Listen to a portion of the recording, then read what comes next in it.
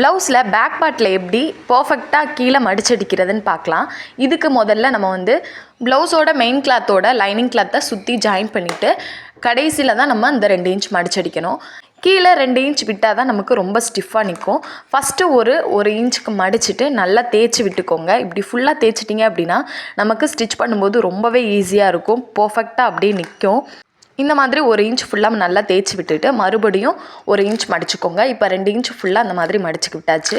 நீங்கள் மறுபடியும் மடித்து விடும்போது அதையுமே நல்லா தேய்ச்சி விட்டுக்கோங்க. அப்போ தான் ஸ்டிச் பண்ணும்போது நமக்கு ரொம்பவே நீட்டாக இருக்கும். இப்போ இந்த மாதிரி ஃபுல்லாக மடித்து விட்டுட்டு கரெக்டாக அந்த எட்ஜில் வச்சு நம்ம தையல் போடணும். எப்பயுமே பேக் பார்ட் கீழே ஸ்டிச் பண்ணும்போது அந்த எட்ஜில் தையல் போட்டால் தான் நமக்கு ரொம்பவே நீட்டாக இருக்கும். இப்போ நான் தையல் போட்டதுக்கப்புறம் காட்டுறேன் பாருங்கள் எவ்வளோ பர்ஃபெக்டாக இருக்குது அப்படின்னு.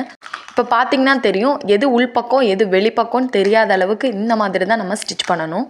ப்ளவுஸோட பேக் பார்ட்டை இந்த மாதிரி தான் நம்ம மடிச்சடிக்கணும். இந்த டிப்ஸ் உங்களுக்கு பிடிச்சிருந்தா ட்ரை பண்ணி பாருங்கள்.